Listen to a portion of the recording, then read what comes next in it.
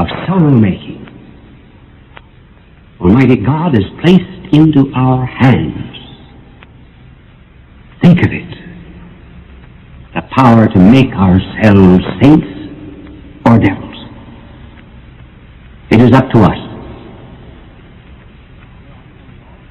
There are some laws that we cannot disobey. For example, the law of gravitation, certain biological laws like circulation of blood. But in the moral universe, we are free either to obey the laws of God or to disobey them, just as we are perfectly free, for example, to obey the laws of health or to disobey them. What then makes a thing good? What makes a thing bad? What makes a thing good? A thing is good when it attains the purpose for which it was made. I have before me now a stopwatch. I'm talking to you without any notes that are written out, merely developing ideas that have been given to those who are interested in these ideas for many, many years. Therefore, I have to have a watch before me in order to decide when I should stop. Is it a good watch? How will I know whether it is good? By asking, what is the purpose of a watch? The purpose of a watch is to keep time. Does it keep time? Yes. Therefore, it is a good watch. Now let us apply that to our ultimate end. Why were we made? What is the purpose of living? The purpose of living is to be supremely happy. How do we become supremely happy? By attaining the life, the truth, and love which is God. Anything I do, therefore, that helps me to attain that goal or purpose is good. Alongside of me is an organ. It is not in the church, it is in my office, rather in my home. As I talk to you, I am looking at the notes on that organ. Which note is good and which note is bad? Which note is right and which note is wrong? One cannot say that any particular note is right and any particular note is wrong. Well, what makes any note right or wrong? Its correspondence to a standard. Once I have a piece of music before me, I know what I ought to do, what note I should hit, what note I ought not to hit. So too, we have a moral standard within us, which is the conscience. And what is good and bad is in relationship to that standard, which is not of our own making. We do not draw our own maps and decide that the distance from Chicago to New York will be so and so. We do not arbitrarily set our own watches. We set them by a standard outside of us. When we buy any material, we do not decide that a yard, for example, will be 24 inches instead of 36. So the good, therefore, is that which helps us in relationship to the attainment of purpose and goals and destinies which are in accordance with right reason. What makes a thing bad? Well, here is a pencil. Is it a good pencil? Yes, it writes. That is why it was made. Is it a good can opener? It certainly is not. Suppose I use it as a can opener. What happens? First of all, I do not open the can. I do not attain the purpose for which I use the pencil. And secondly, I destroy the pencil. if I, for example, decide to do certain things which I ought not to do, I do not attain the purpose that I hope to attain. For example, becoming an alcoholic does not make me happy. And furthermore, I destroy myself, just as I destroy the pencil in using it to open a can. When I disobey God, I do not make myself very happy on the inside. And I certainly destroy any piece of soul that I ought to have. Evil, you see, is not positive. Evil is either an excess or a defect of what is good. An excess or a defect. Food is good. Too little of it is bad. Too much of it is bad. Drink is good. Too little of it is bad. Too much of it is bad. Sleep is good. When, however, sleep interferes with duty, it is not good. Evil is very much like darkness. It is the absence of light. It has no purpose inside of itself. Or rather, it has no substance of its own. That is a better way to put it. All badness is spoiled goodness. A bad apple is a good apple that became rotten.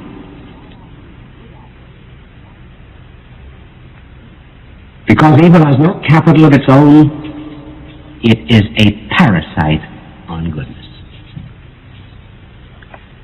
Looking back then upon our reason and will in this universe, we can see, as we said before, that this universe is a veil of soul-making. We were made to be good. We were made to attain the truth. But, oh, how weak we are. Look at the limitations of our reason, and then look at the limitations of our will. First of all, our reason. How poor it is. Even those that had very good reasons admitted that in the end they had captured but just a little of what was true. Isaac Newton, the great scientist, said that he felt as if he was standing on the seashore of infinite truth, and the vast waters of knowledge stretched endlessly before him. Socrates, one of the wisest of the Greeks, said, "There is only one thing that I know, and that is that I know nothing." Thomas Aquinas, who was the greatest mind that ever lived, said at the end of his life that all that he had written seemed to him as so much straw in comparison to a dim vision that he received of heaven. Then, too, quite apart from these learned men, look at the weak reason of people today, their confusion of mind, their failure even to recognize any such thing as truth or goodness. They will read one book on Monday and they will say, "Oh, I'm a materialist." Then they'll read another book on Tuesday and they're communists. Then they read another book later on in the week and they reject both of those systems. They're laying down tracks one day, tearing them up the next. They're planting seed one week, tearing the seed up the next. They're never working toward one goal. It's no wonder there are so many psychotics and neurotics in our world. They're just rehashing a lot of old errors and giving them new labels. Calling some of the old errors very novel. That's only because they do not know what is ancient. Not only is our reason weak, but also our will. even when we know what is right. How hard it is sometimes to do it. We are besieged by temptations.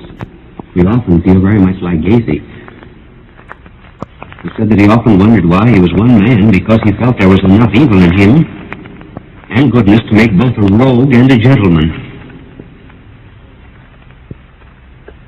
St. Augustine said, we may have occasion to quote this again, whatever I am not what I ought to be.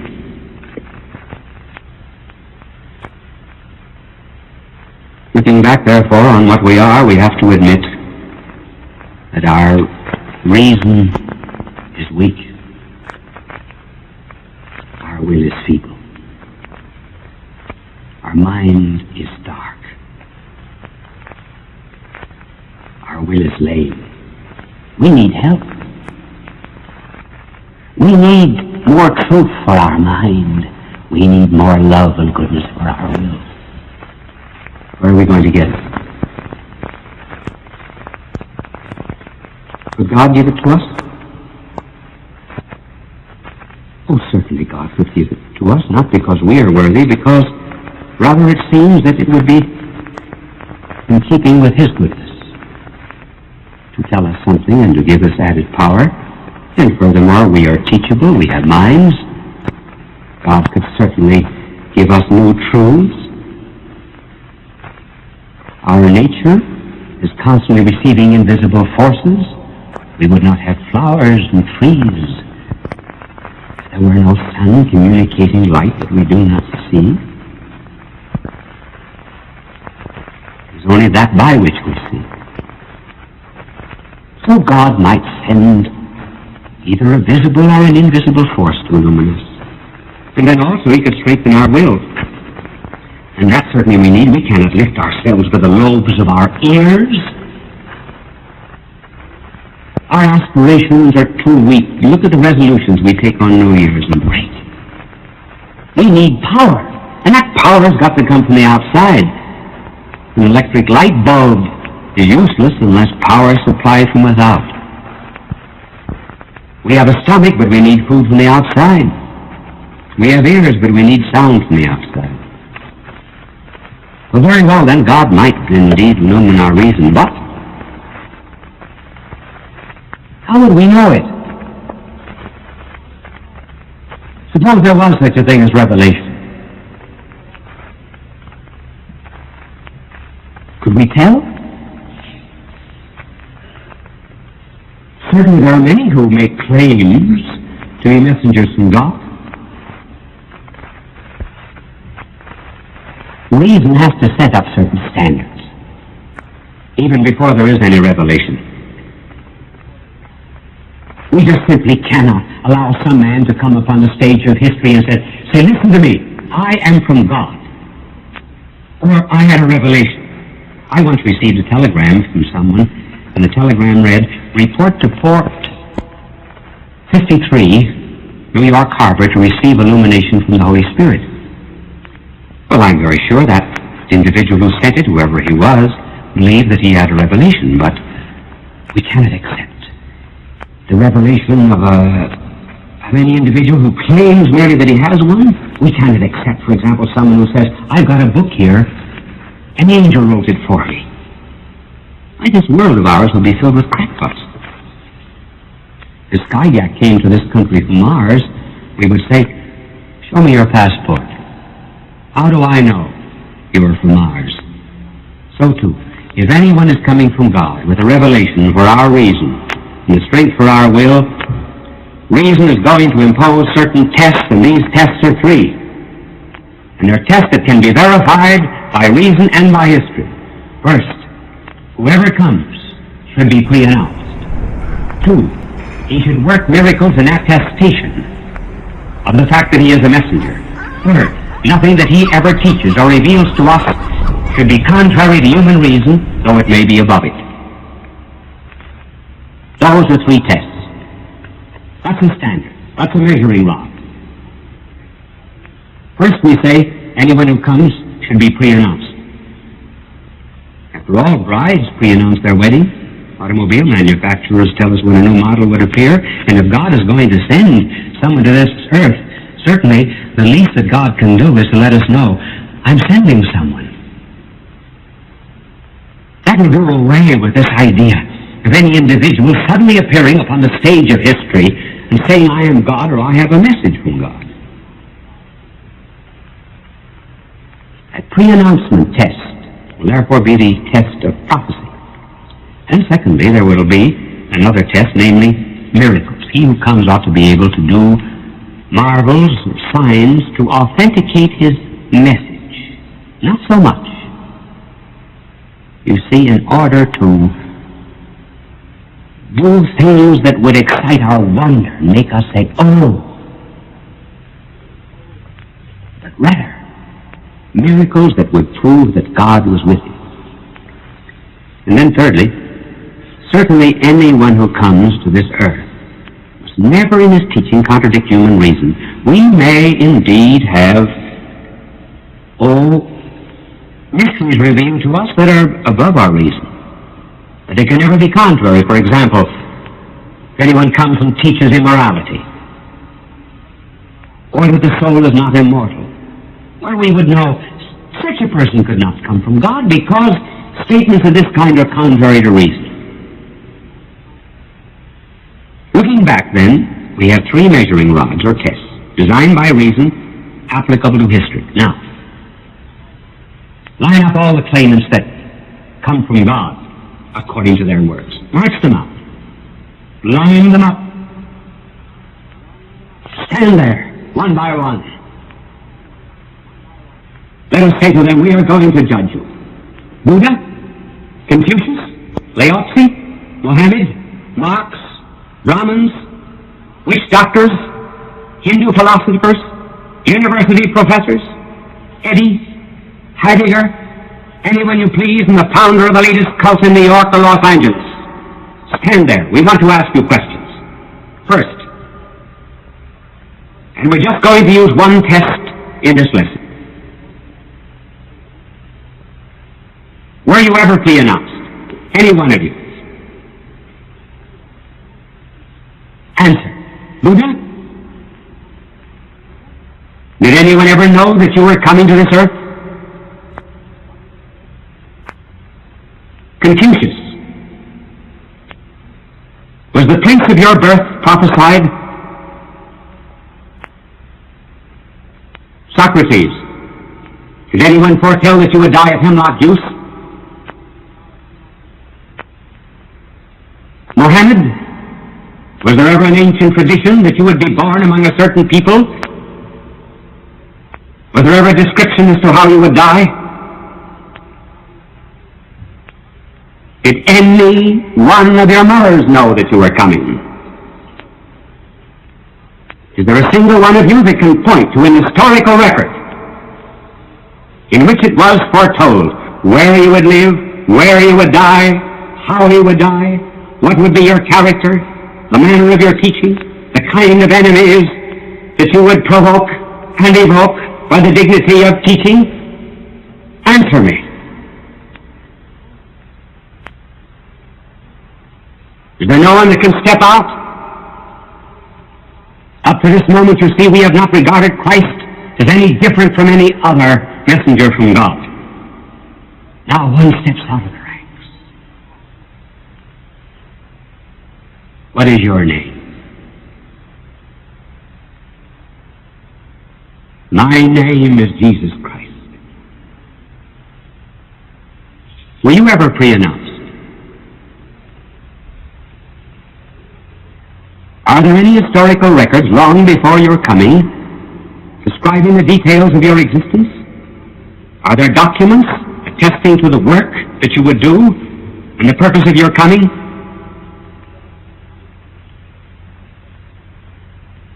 He is the only one that can answer yes. So we say to the others,